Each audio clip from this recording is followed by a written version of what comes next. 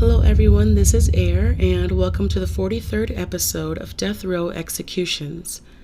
Today's story is on Tommy Lynn Sell, who was executed by method of lethal injection in the state of Texas. The first time I did a shot of dope, it was the best feeling I ever had in my life. And the first time I killed somebody, it was such a rush. And it was just like that shot of dope. Every time I did it, it was that rush again. And I started chasing that high. I am hatred. When you look at me, you look at hate. When you look at me, you know what hate is. 'Cause I don't know what love is. Two words I don't like to use is love and sorry, because I'm about hate. I just take a knife and it was done with.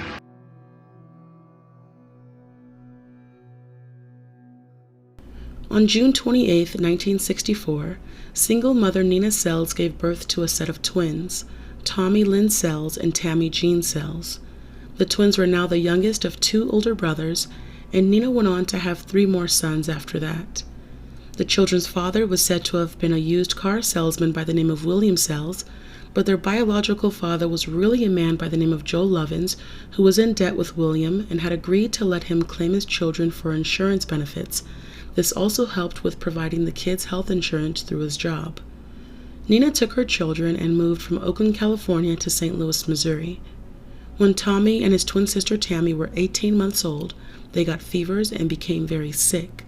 It turned out that the twins had spinal meningitis, and although Tommy was able to pull through, his sister wasn't so lucky and ended up passing away. After surviving meningitis, Tommy's mother sent him to live with her Aunt Bonnie in Missouri. In 1969, now 5 years old and still living with his Aunt Bonnie, his mother Nina had not communicated with Tommy in the 3 years that he was living with his aunt. Because of this, Bonnie decided that it was time to adopt Tommy and went to inquire about being his legal guardian. When Nina found out about Bonnie's intentions, she became outraged, went to pick Tommy up, and refused to allow Tommy and his Aunt Bonnie to communicate with each other. By age 7, Tommy began drinking alcohol that was given to him by his maternal grandfather and also frequently missed school. Instead of being on top of him with his schooling, in her own words, Tommy's mother said, he was the kind of child that whatever you wanted him to do, he was going to make sure he did not do it. Going to school was one of those things.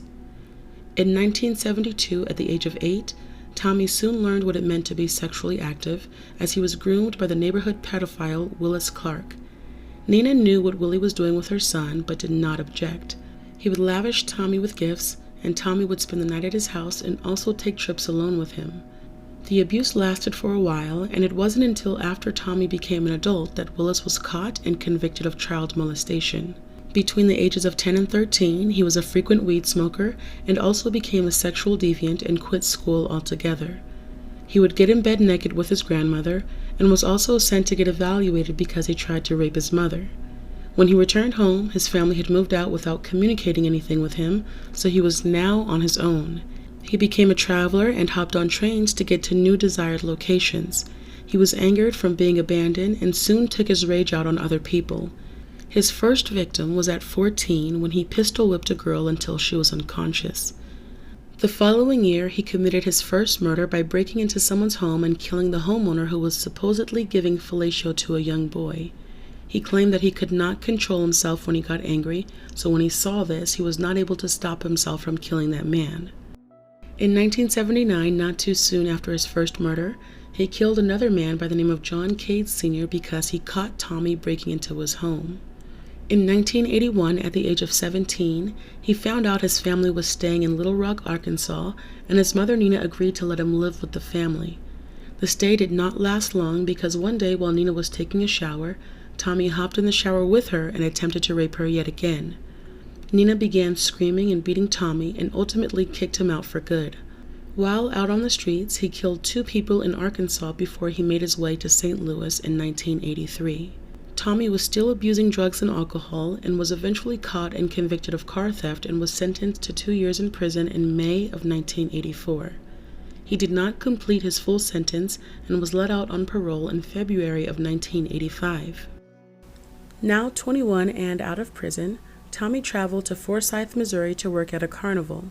At this carnival, he met a 28-year-old woman by the name of Ina and her 4-year-old son, Rory. The two hit it off, and Ina invited Tommy to her house later that night. When Tommy got off of work, he made it to her place, where the two engaged in sexual intercourse. He fell asleep in her bed, and he eventually woke up to the sound of Ina stealing items out of his backpack. Angered by this, he grabbed her son's baseball bat and beat her to death.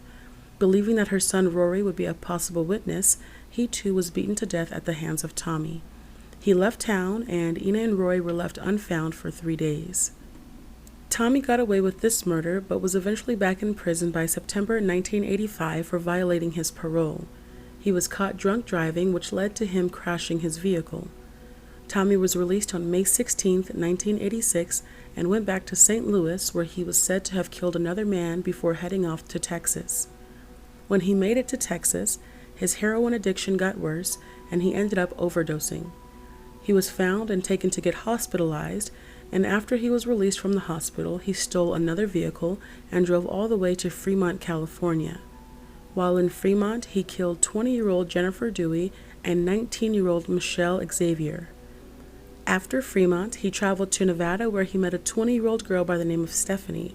Tommy drugged her with LSD before he killed her, put concrete on her feet to weigh her down, and rolled her body into a hot spring. He then left Nevada and traveled to New York before the end of the year, when he killed 27-year-old Suzanne Corks. On November 18, 1987, Tommy was now in Illinois after hopping a train.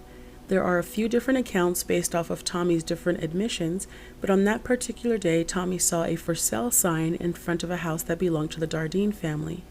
Inside the house was 29-year-old Russell Keith D.R.E, 30-year-old Ruby Elaine D.R.E, who was pregnant at the time with a baby girl, and their toddler Peter D.R.E.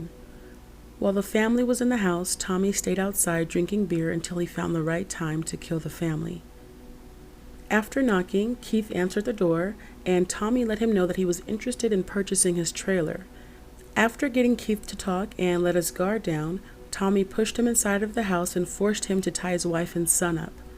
He beat Ruby so bad that she went into labor and gave birth to the little newborn she was carrying, but unfortunately the little girl also succumbed to Tommy's uncontrolled violence and rage. He raped Ruby and then killed her and her son.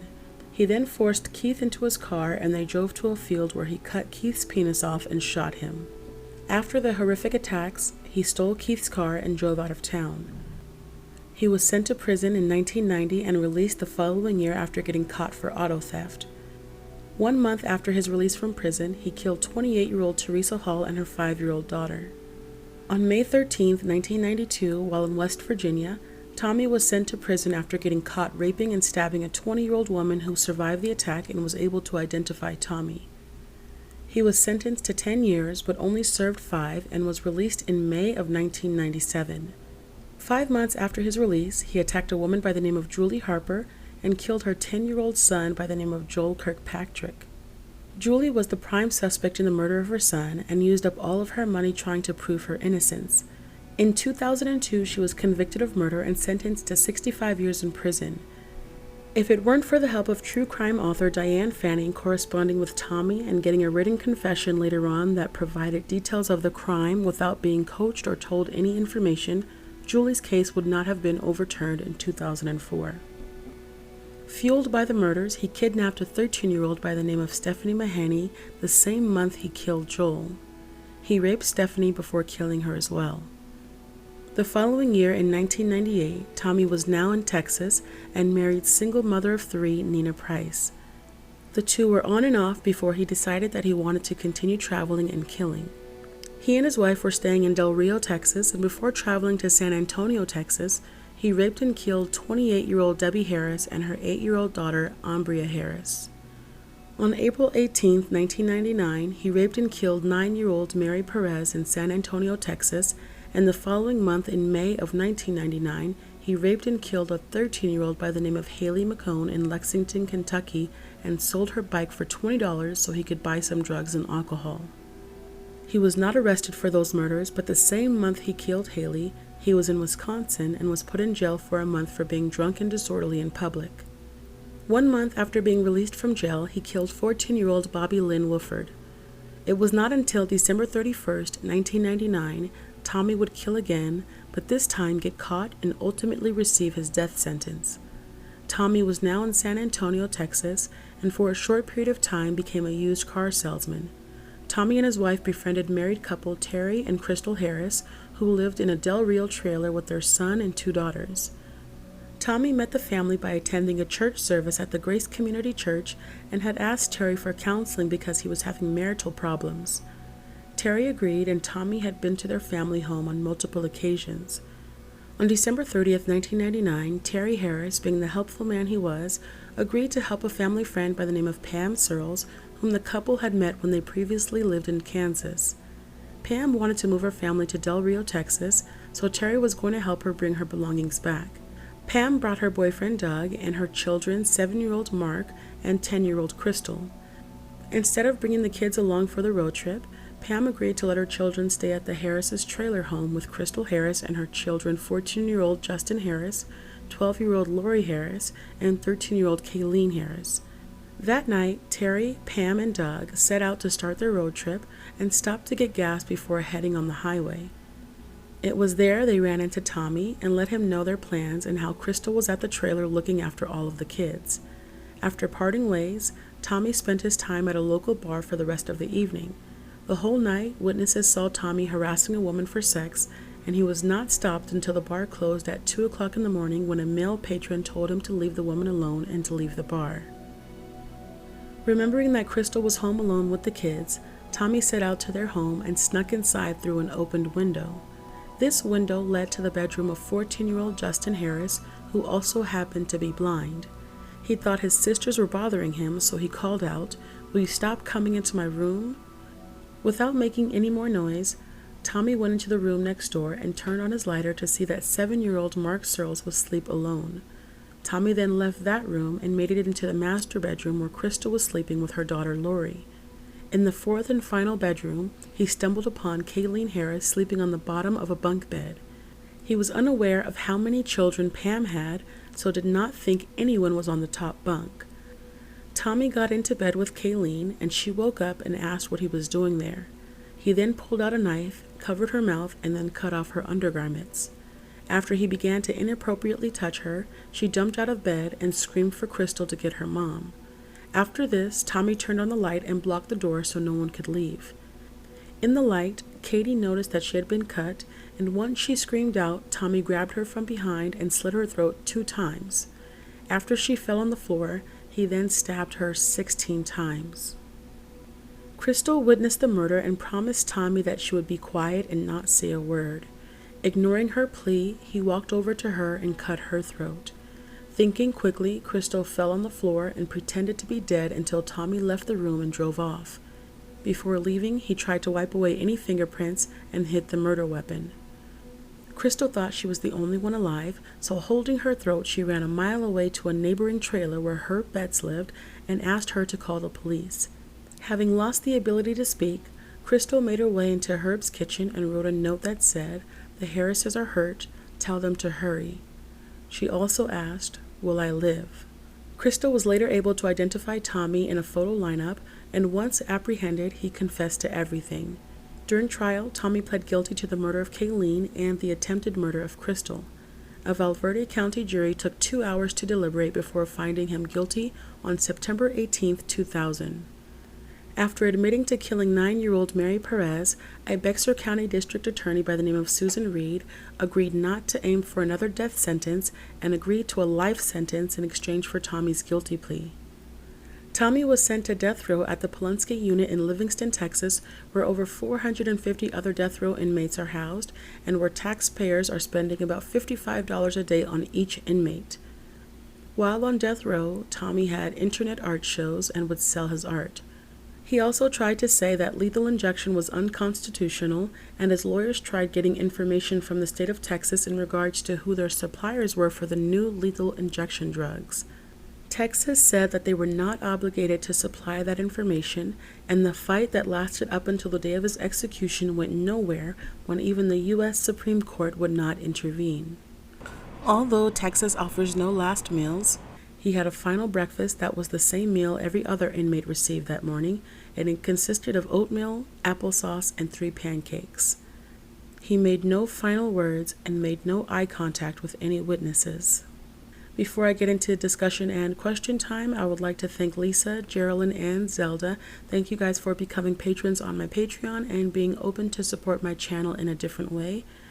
And also a shout out to Michael and Mr. Toad. Thank you guys for suggesting today's feature. In the course of the self-proclaimed 70-plus murders that Tommy Sells committed, many of the crimes had different suspects. One man that we know of by the name of Rodney Lincoln was sent to prison for a crime Tommy Sells committed. Julie, who was the mother of a 10-year-old boy that Tommy killed, was also sent to prison for prosecutors and a jury believing she killed her own son, despite giving a description of Tommy and describing the crime in detail. Do you guys think there are a lot of people wrongly accused and sentenced to prison for a crime they did not commit?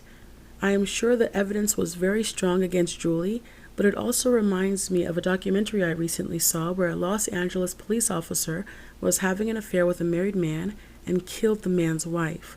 The crime was listed as a robbery, although nothing was stolen, and the suspects were described as 4 Hispanic males. During the course of 20 years, this specific police officer was able to live her life and also stole crime scene evidence. Thankfully, with the help of DNA, she was finally convicted, but I thought it was crazy how instead of there being an unknown suspect, she tried to pin it on 4 Hispanic males. I think stories like this truly make you think, and I find it interesting because not every serial killer has the same signature way of killing, so it could lead detectives to think that there are multiple suspects for a specific murder, or different suspects for the different murders that are committed.